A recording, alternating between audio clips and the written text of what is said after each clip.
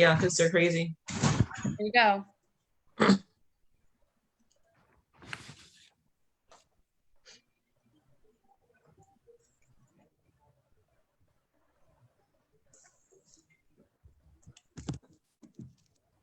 Hey, everyone. Hey, everyone. It's now time for The Doctor Is In.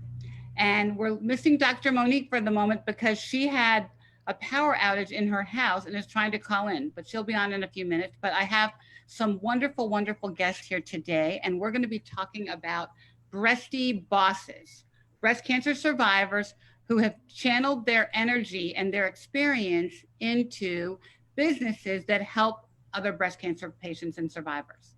So I have, you guys want to introduce yourself really quickly, and then we're going to go around. We're actually going to start our show with talking about kind of the current affairs of the day, and we had some good news recently, and then we'll get into our topic. So Mema, we have Mema Karma, who's going to talk about the currents of the day. Say hi, Mema. Hi, everybody. I'm the president and founder of the Tiger Lily Foundation. Our mission is to educate, advocate for, empower, and support young women before, during, and after breast cancer, and to work to end disparities of age, stage, and color. Thanks for having me on, Ricky. Hey, and Karen. Hi, my name is Karen Lindsay, and I am the founder and CEO of Nordic Natural Essence.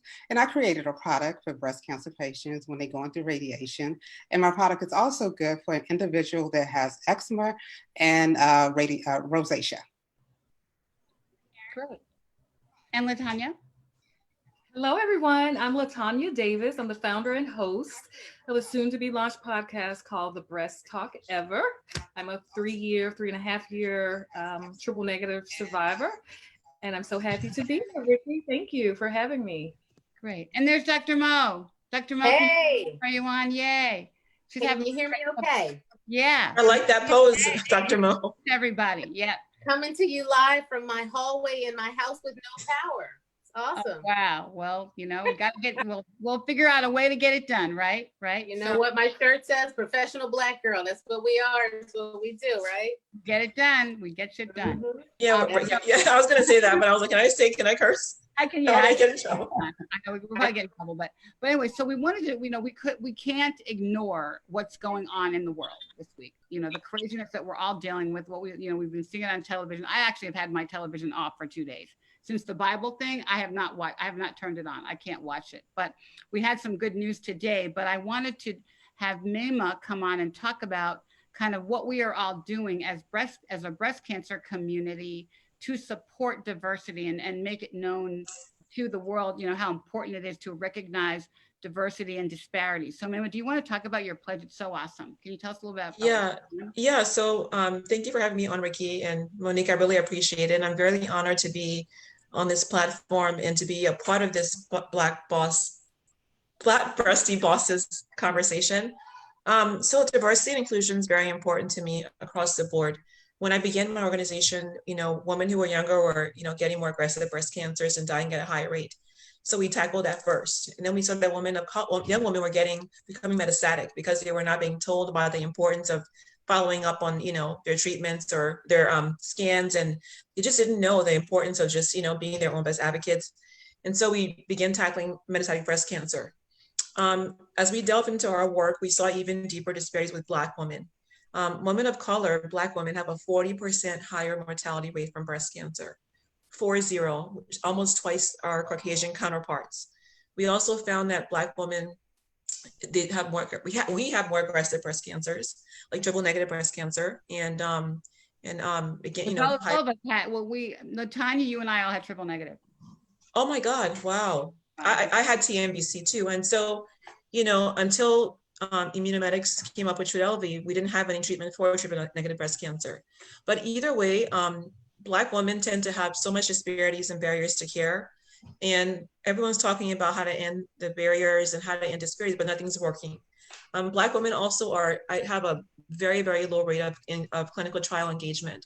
And so if we're not getting into trials and we're not getting our bodies, studied or our DNA and included in the conversation, how are we going to ensure that we have treatments targeting Black women? And so we've been looking at this for the past, for quite some time. Some things happened that really propelled us forward.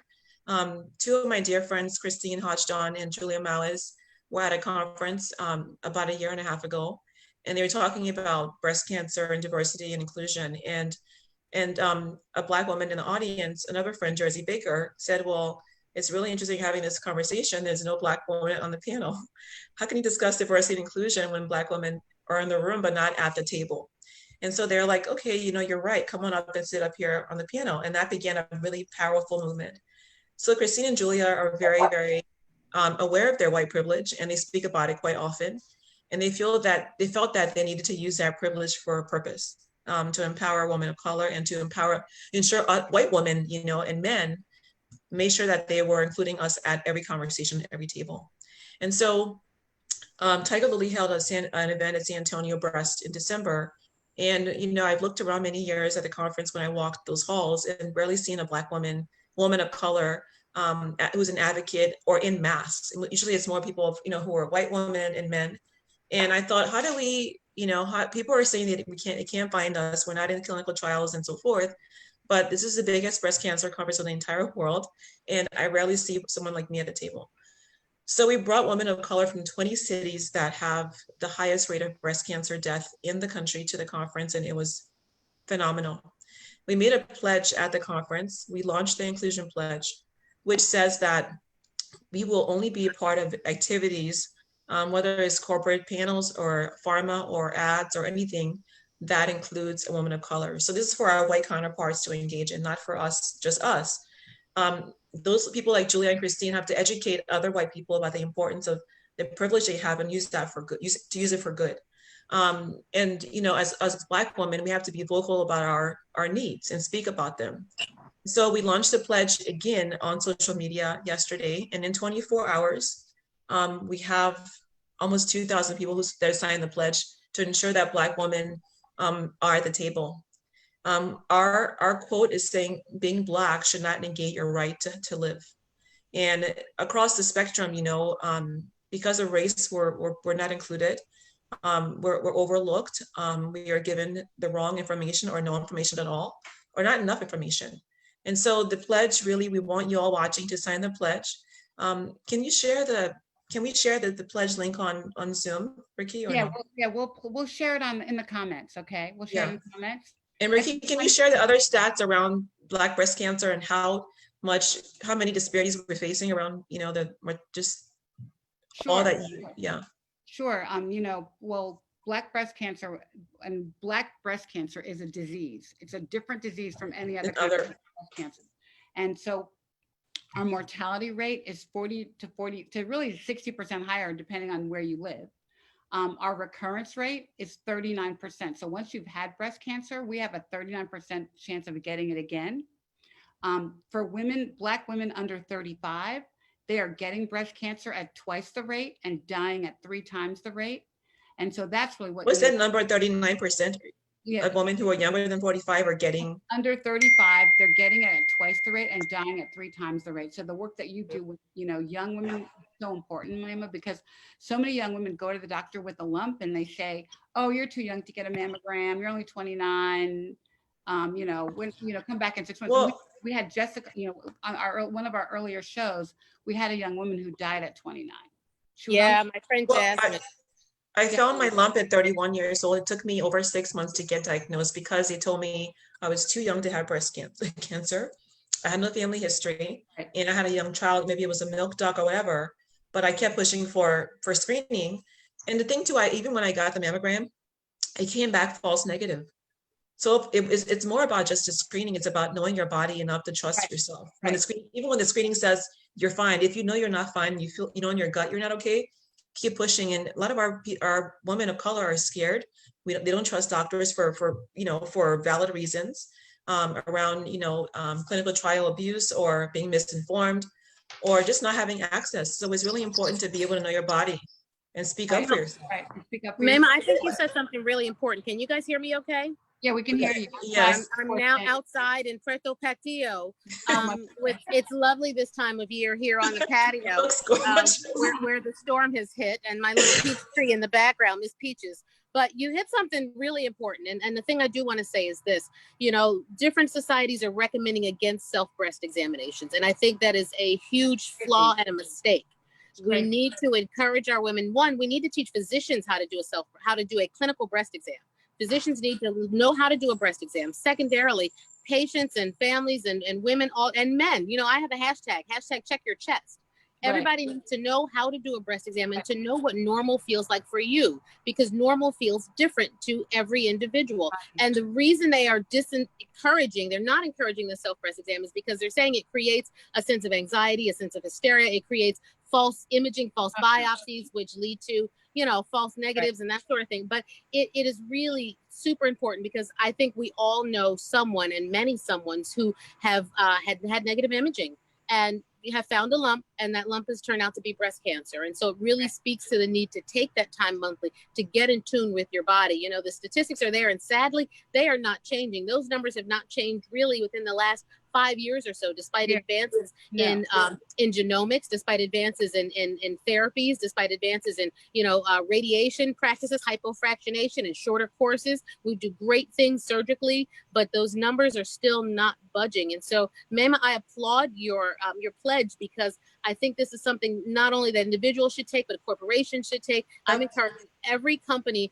that I collaborate with, every company that says they care about breast cancer, every nonprofit that says they are for breast cancer, to look into this, to take this pledge, and to, like Rihanna said, pull up not only yourselves, but pull up a seat at the table, because at any conversation where we are discussing cancer, where we are discussing breast cancer, particularly for this conversation, we need to be present. You can't discuss us without us there. Right. Exactly. We have to hold people accountable.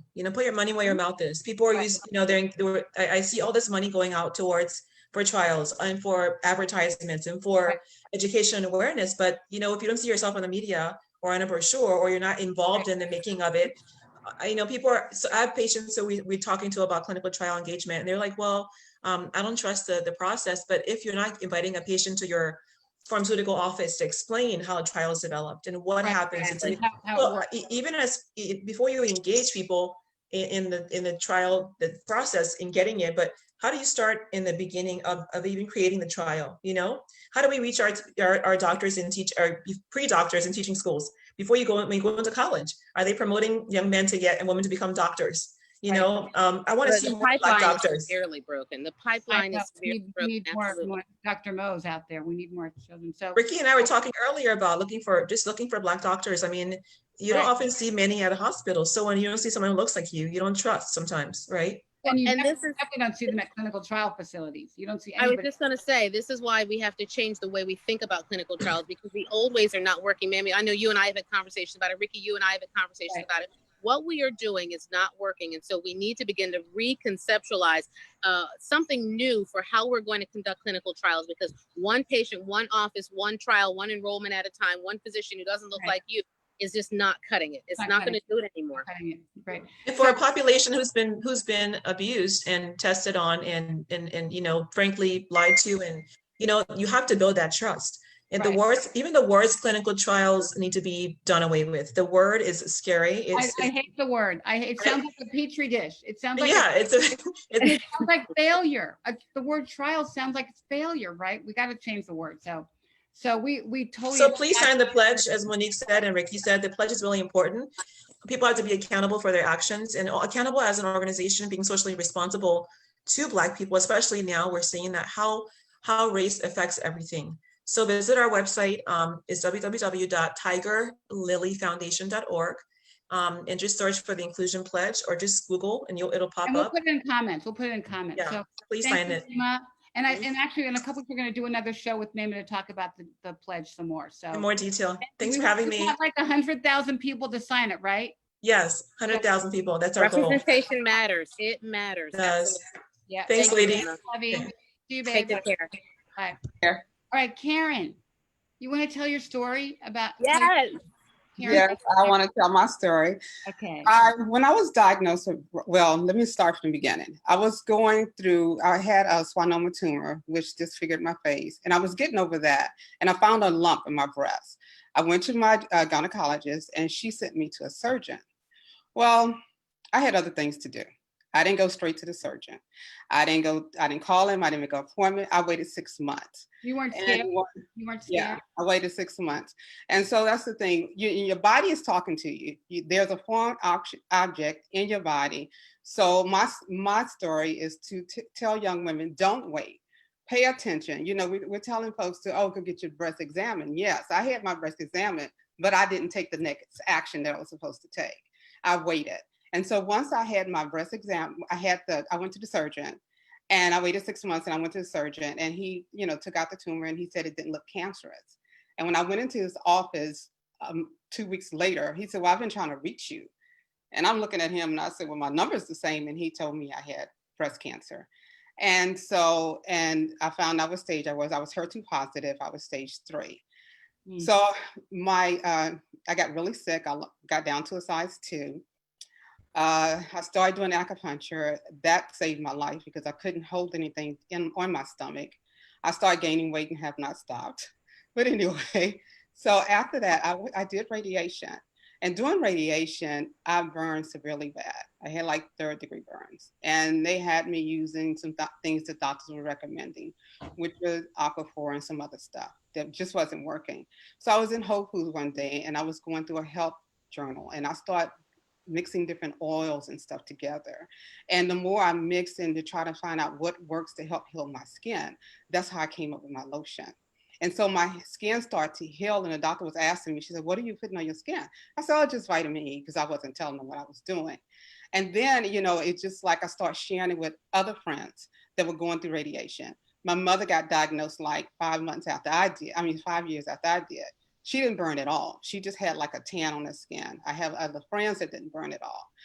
So then that's when I realized that it was something too good to keep to myself. And I started sharing it. I started attending breast cancer conferences and, raffling off gift baskets. And, I also have a journal to help young women to help document their journey of women to document their journey through breast cancer.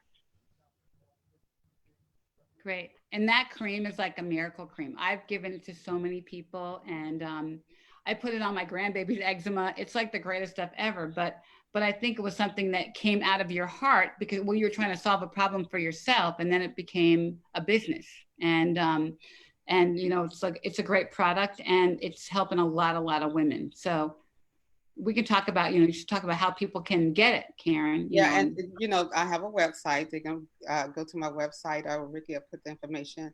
It's NuricNaturalEssence.com, and you can order it. Right now, I'm running several specials until probably about the end of the month, probably another couple of months. And, I'm really excited about it because I just love to see what is helping others, and they don't have to go and suffer the way I did because I was in so much pain. I told my doctor I wasn't coming back. And the week before my last treatment, they had a priest waiting for me in the lobby. And I just told him, I said, it didn't matter what he said, I still wasn't coming back. I want to circle back to this because 2 things or a couple of things. And I want to get a sense from all of you. How many of your doctors tell you or told you what to expect? And let's talk, since we're talking radiation, did someone sit down with you and say, okay, so you're going to begin radiation. Here's what you should expect. 1, from your tissues, from your breast, but 2, from your overall body, like how you're going to feel, et cetera. Did anybody have those conversations with you that you can recall? No, all I recall is they say you may or you may not burn. Everybody's skin is different, but no one ever discussed the severity of the burning, and it's severe and it's really painful. It's not like when you burn yourself in the oven, it burns for maybe a good 30 minutes and you put some olive oil or something on it. No, it's This is a burn that you take to bed with you at night and you wake up in the morning with. That's how painful it was.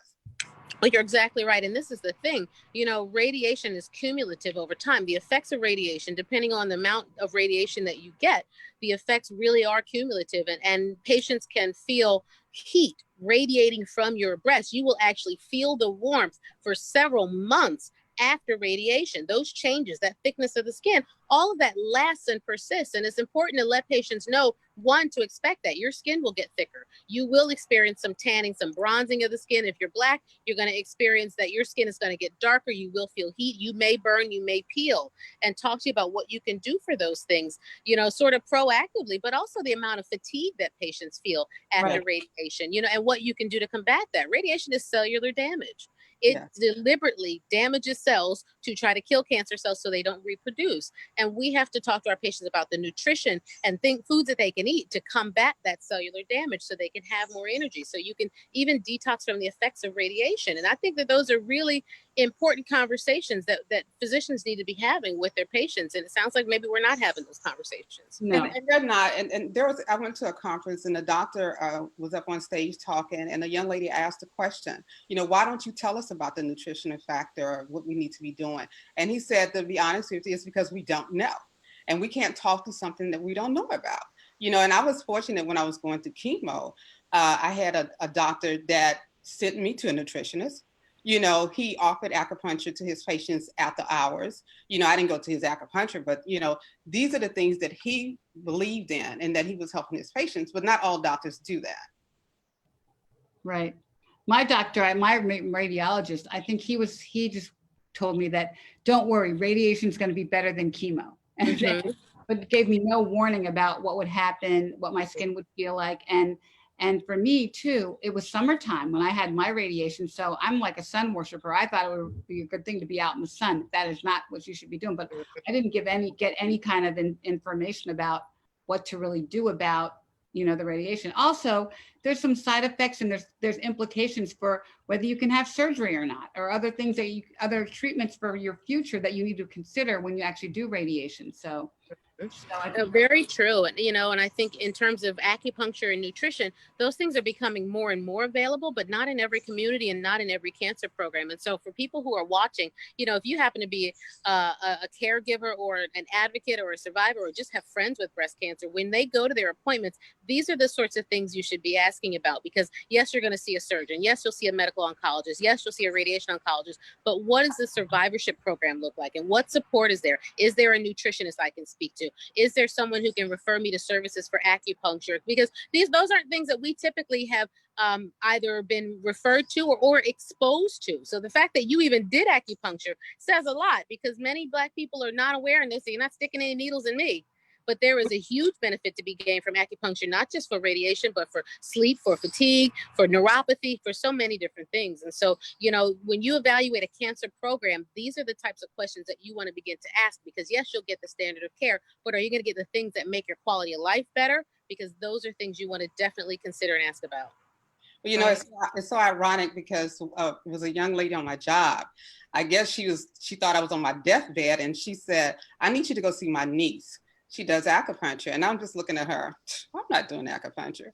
And, you know, I went to her and I started having treatment 2 days before my chemo and 2 days after my chemo.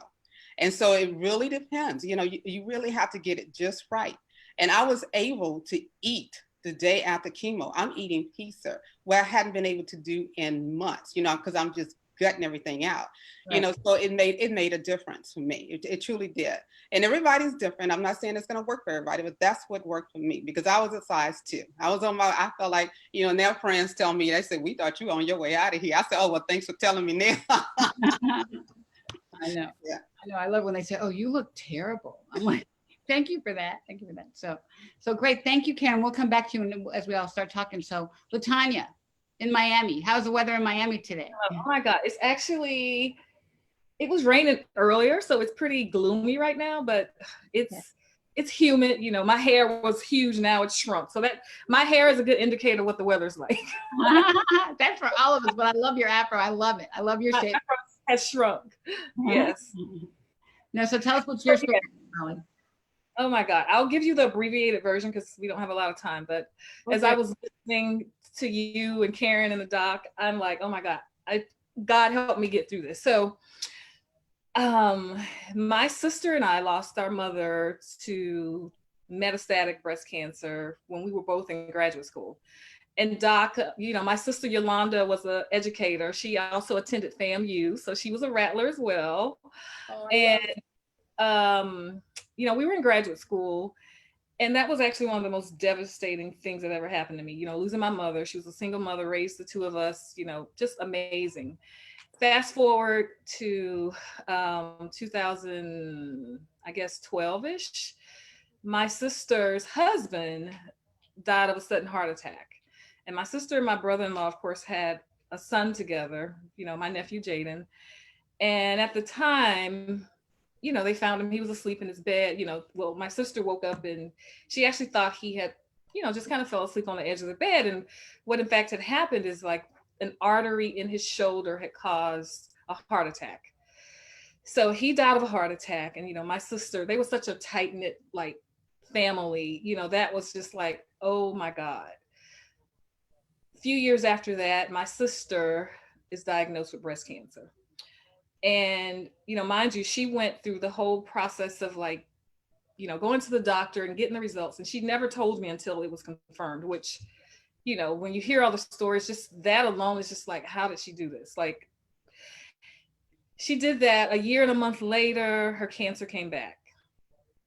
And at the time I was in a corporate marketing role, and I was so blessed and grateful to have a really supportive, you know, CEO at the time, and my bosses, everyone was just like really supportive. Cause, you know, I got a call one day and I was actually in a meeting. I was on a phone call with Sweden, who was like 6 hours ahead of us. And my sister got a call from my sister's principal, and she had actually backed into a car in the parking lot.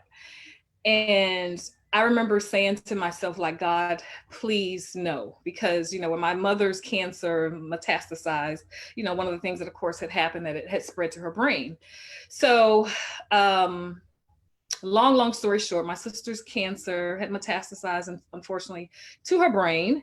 That was in like April of 2016. And, you know, my sister was super, super strong. You know, anyone that knew her, you know, knew that we were definitely products of my mother, you know, very independent. You know, we have that, like, we got this, we're going to win, you know, cancer's not going to beat me mentality. And she, what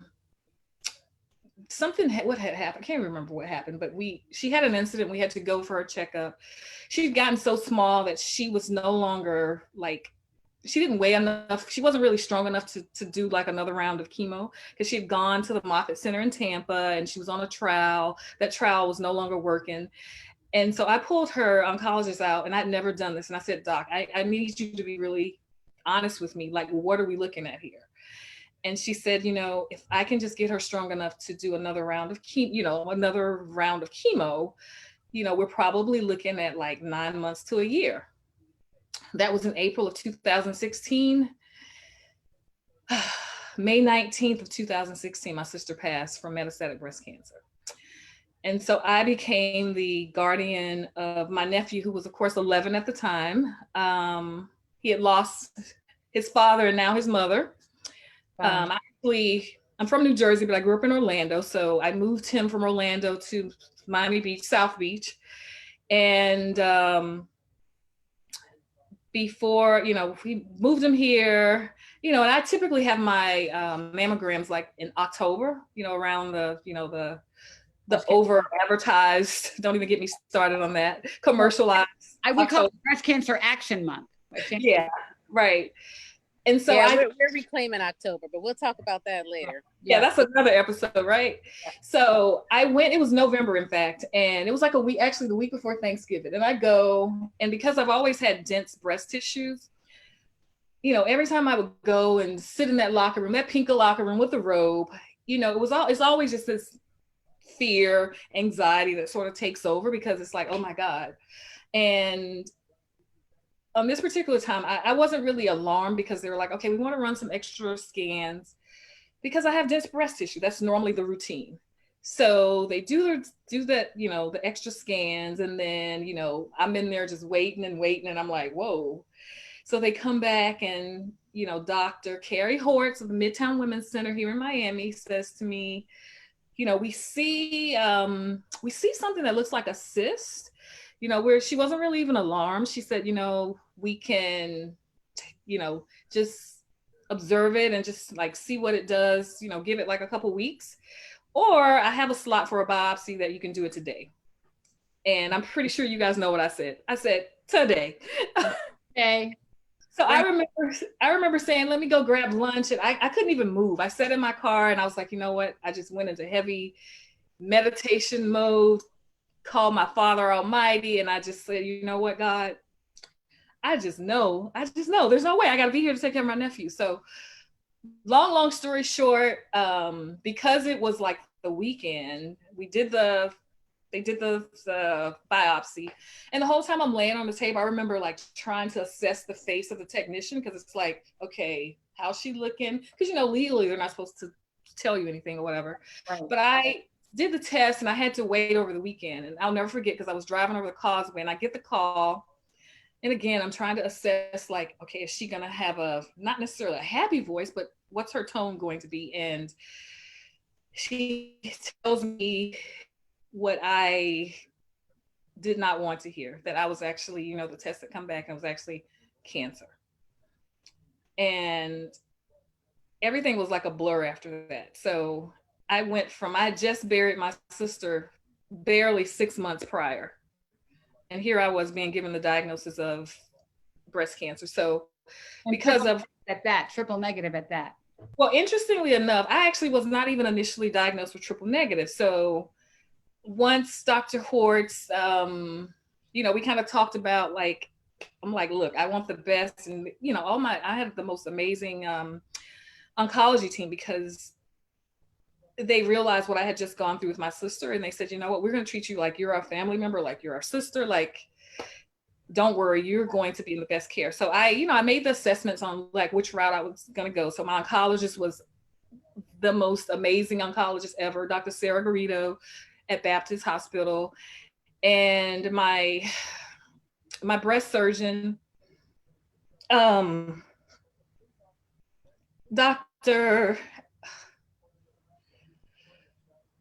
Salik Torres,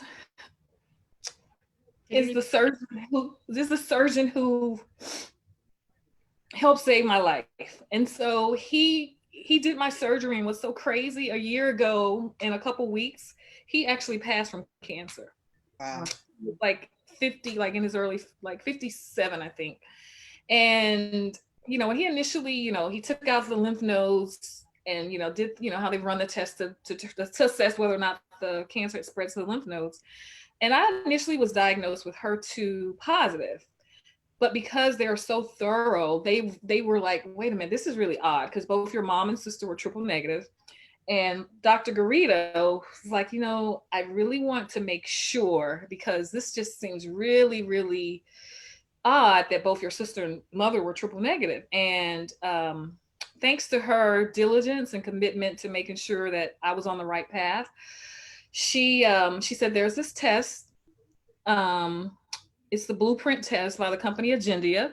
And I want to have this test done to double check and see what, the genomic subtype and all that stuff comes back and says. And thank God for her. Thank God for the Blueprint test, because were it not for her doing that, I probably would not be here, because when she got those results back, it actually confirmed that I was in fact triple negative.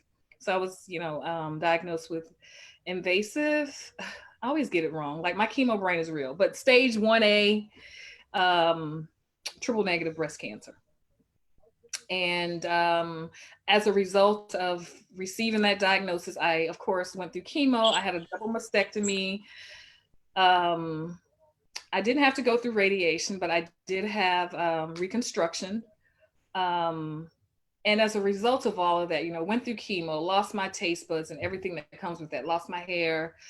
In the process of trying to figure out, like, what can I eat that I can taste that isn't nasty? What can I put on my hair to try to like make it grow back faster? Because I was determined, like, my hair is not going to come out. And in the process of doing that, I started discovering all of these survivors who had created amazing products. And I got hooked on podcasts like probably 2 or 3 years before my diagnosis, when Serial came out. And I've always been an NPR girl. So I love like super narrative, highly produced podcasts. And in the process of me discovering all of these survivors, I was like, wait a minute, like, I love how I built this. And at night, when I didn't want to burden my friends with the heaviness and the emotional aspects that are cancer, I'm a former athlete, I'm a track girl, and like, I have that mentality, I will not lose, I'm going to win. But the reality is, like you hear people say, like, check on your strong friend, because, we're not that strong. Right. But I don't like to burden people. So late at night, I was just losing myself in these podcasts, and like Guy Raz and his team are just like amazing.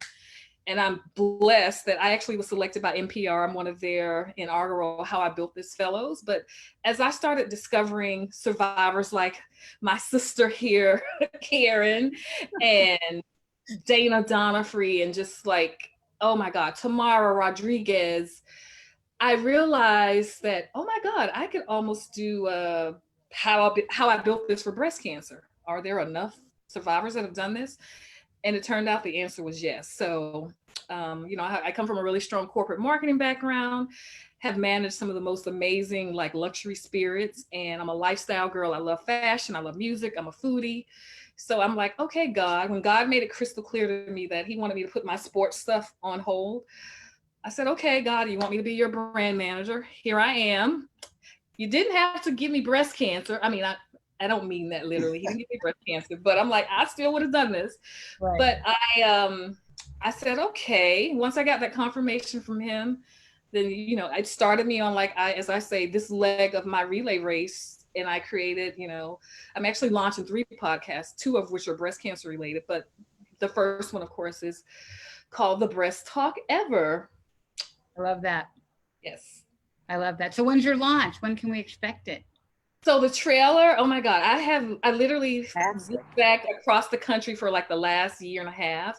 And if you know anything about podcasts, like highly produced podcasts, it is a lot of work. Like, yeah, like the NPRs and the Wonderies and the Spotifys, they have teams. I've been like a one-woman show, but I, of course, went to interview, took a podcast course. I did some stuff with Alex Bloomberg.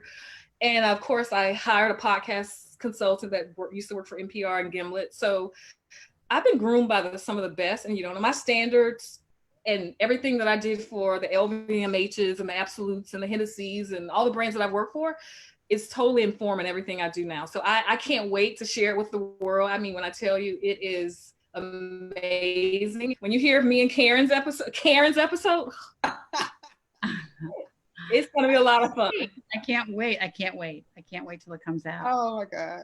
2 controllers. That's incredible. Talking about taking lemonades and making lemons and making limoncello. Boy. Yeah. Yes. And I love limoncello. Yes. I know. Well, I mean, that's something about us Breasties. It's a club, I always say, it's a club you don't want to be in, but we turn into these badasses because we know what we want. We go after something and we try to, make lemonade out of lemons and try to live our best life every day. So I so applaud both of you guys on what you're doing, and thanks for sharing your stories. And I love you. And Ricky, I think it's incredible. And Ricky, I want to say this because, of course, when I came up with the concept, you hadn't done this yet. But thank you and Doc Doc, I'm sorry. I always call all my doctors Doc. It's like it's Doc. all right. Everybody calls me Doc or Dr. Mo. Right, I do a daily check-in on the radio here in Philly, and they call it daily check-in with Dr. Mo. You can call me anything. It's fine. I'm so encouraged and inspired by you. This is incredible. Yeah.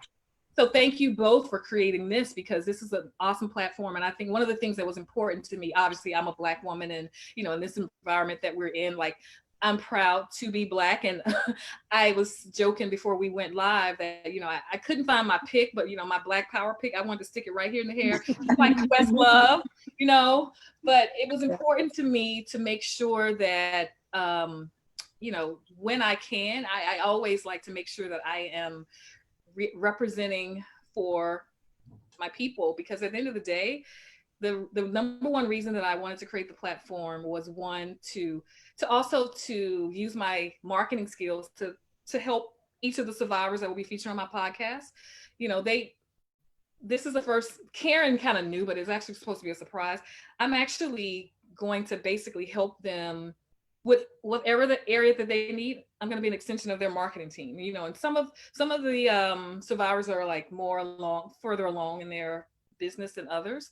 But I also, you know, my number one goal is to raise money and awareness for metastatic breast cancer, because unfortunately that is what took the lives of both of my mothers. And every day, as you know, we know the numbers, over 100 women a day die from metastatic breast cancer. And it's like, come on, like, we've got to stop this. We've got to find a cure, as well as extend the lives of those of us that are fighting this deadly disease every day. Yeah, we really do. And like Dr. Michael was saying earlier, we also need to educate, you know, breast cancer or cancer patients when they're going through treatment about nutrition, because a lot of them, the doctors tell them, well, you can just eat anything, and you shouldn't. You know, you should go to a green-based, you know, plant-based diet, you know, limit the amount of meat you take in, drink plenty of water. You know, on my website, I have some different help guides and shampoos and other things that you can use when you're going through treatment, because everything about your life has changed. You cannot continue on the road that you were on. You know, if you know, there's a reason why some form object calls you to have, be it stress, be it the environment, but you need to change your habits, your way of doing things, you know. So, it's true, you know. I tell my patients from the minute they're diagnosed that, you know, everything that we do damages cells. And it does so in order to get rid of something. Surgery damages cells. It cuts the body in order to remove a cancer. It's a necessary cell damage. But even the healing process creates inflammation. And we need to talk about how to combat that inflammation. Chemotherapy, deliberate cell damage, radiation, cell damage. And so I spend a lot of time talking to my patients about nutrition, things that they can do in order to get rid of cellular damage, increase their antioxidants, their berries, their plant-based diet, you know, things like that. And I have come to discover that it is not told to everyone, because many doctors don't receive the training, for one. Two, because I think that there is still a disconnect between holistic medicine, between natural foods and food as medicine, and Western medicine, because we can quantify Western medicine a little better. We can tell you how many milligrams, how many doses. No one can tell you how many strawberries to eat in order to decrease inflammation in your body. But what we do know is that you get more of it from the food that you eat than from any pill or vitamin supplement that you'll take. And so what you put into your mouth is super important in terms of how you're going to feel. And some of my patients have remarked that they've gone through chemotherapy and they said, my family's still waiting to send over cooked dinners. My church keeps saying, when can we cook for you? I was never nauseous. I wasn't sick. I didn't feel bad. I continued to work. And it isn't the same for everybody. And just like you said, Karen, you know, different things are going to work for different people. But having physicians who are knowledgeable about all the different modalities and how they work together, I think is really increasingly important. And it's something that we definitely need to talk about a little bit more, because patients need to know, you know, our breasties need to know what questions to ask and to where to seek out those answers. So if your doctor doesn't know, they should have someone to refer you to. I have a naturopathic doctor that I refer some of my patients to, and we partner together because we're not at odds. What I do and what she does are very complementary. She sends me patients who she's seen who have breast cancer and who are scared to get a biopsy and who, you know, don't want to go to the doctor. I get it. I come from a family of people who don't like doctors. It's all right, you know, but this is something that we have to deal with and address, and we can partner together. So I love, Latanya, I love what you are doing. And Karen, what you're doing is remarkable, and it is very much aligned with what we need, especially for people of color, of brown skin, especially. You know, did anybody even tell you that getting a breast reduction at the time of your surgery, one, was possible, but two, could reduce the amount of radiation-induced damage that might happen to your skin? No, no one told me. You know, right. And to be fair, I fought to keep my breast. You know, I had 4 different surgeries to get a clear margin, because I would refuse to give it up, you know. And I've been blessed so far, you know, but no one talked to me about that, you know. There wasn't an option, you know. But he told me, he said, if I don't get a clear margin this time, we're gonna have to take it. I said, okay, I'm fine with it. But, you know, I was younger. I wasn't well educated about, the only thing I knew about breast cancer is that one of my best friends that I grew up with, she had passed from breast cancer at a young age, and she had 2 kids, you know. So that's all I knew about, really knew. And once my mother was diagnosed, then my sister was diagnosed 2 years ago, and none of us have the gene, which is really crazy. Yeah. So the gene that we may know about. I mean, Right, exactly. I think that's what we need to do more Yeah, research. we don't have the BRCA gene. Let's put it like that. Right, you have the BRCA, but you know, somewhere there's a gene out there that's affecting all of us. I think there's a triple negative gene. I think that's all the work that we have to do. And my hashtag, much work to do. That's why we need to participate in clinical trials and I think, both of you guys, early detection is so important. It's so important to know your bodies. And so, when there's something abnormal and you can go and fight for yourself, because we have to fight for ourselves because we're not getting good information. I mean, we need Dr. Mo's everywhere in the world because they're, and I think doctors are just busy people, and we don't have enough Black doctors to know our bodies and our physiology and enough data about it. And we've really got to put some work there. So. You hit the head on the nail there, Ricky. It's not that doctors are not, compassionate and caring. It's that there is a lack of information about what to do and how to treat Black women. And there is a distrust. There is a cultural disconnect that says that I don't connect with, what's going on or the foods that you like to eat. I don't know that you maybe don't swim but might prefer biking, or that your exercise might consist of something different. It might be, praise dancing at your church, or that you don't have access to certain things that I'm recommending for patients. And there's some cultural things there that, also bleed into the treatment. And next week or the following, we're going to talk a little about cold cap therapy. Who's looking at cold cap therapy and ways to preserve our hair and our texture and our follicles, like there's so much that's still a black box. And so representation matters, not only at the clinical level, but also at the patient level. We have to stand up and be counted, and we have to be available to get the data so that we can better understand what's going on with Black women and how to treat them, and all the genetics companies that I'm aware of and that I partner with, I keep pushing and pushing and pushing, saying, what are we doing about Black women? When are we going to look at this? How can we look at this further? What can we design? And it's something that definitely has to change. Absolutely. So true. And to your point, Ricky. Oh, go ahead.